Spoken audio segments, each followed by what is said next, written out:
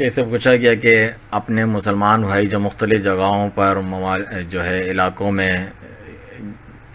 جو ہے در بدر ہیں اور کمزور ہیں، ان پر دیگر لوگ مسلط ہیں ہر جگہ، ان کے لیے ایک مسلمان کیا کچھ خدمات پیش کر سکتا ہے؟ کیا اس قسم کے زمانے میں جہاد واجب ہو جاتا ہے یا نہیں؟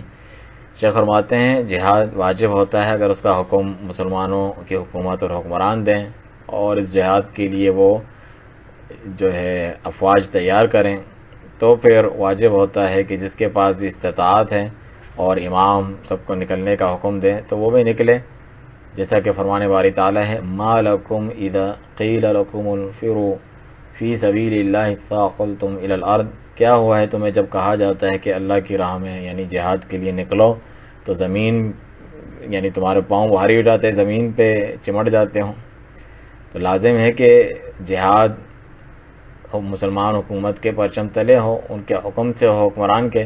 لیکن انفرادی طور پر اور ہر کوئی خود نکل آئے اور یہ جو جماعتیں بناتے ہیں ہر کوئی جو ہے تلوار اٹھا لے، اسلحہ اٹھا لے،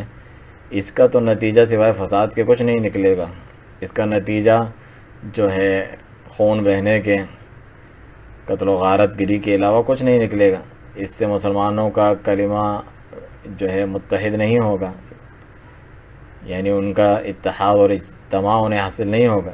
اور یہ چیز ایک تجربے سے ثابت ہے، مجرب ہے اور واضح ہیں، اور حقیقت حال بھی یہی ہے جو ہم دیکھتے ہیں۔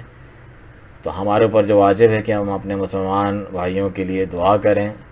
کہ اللہ تعالیٰ ان کی مدد و نصرت فرمائے، اور دعا کریں کہ اللہ تعالیٰ انہیں توفیق دے،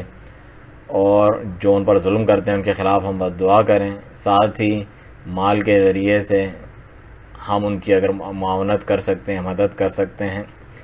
ایسے ذرائع کے ذریعے جو معتبر ہوں، جو ان تک چیزیں پہنچاتے ہوں، ہم ان کی اعانت اور مدد کر سکتے ہیں۔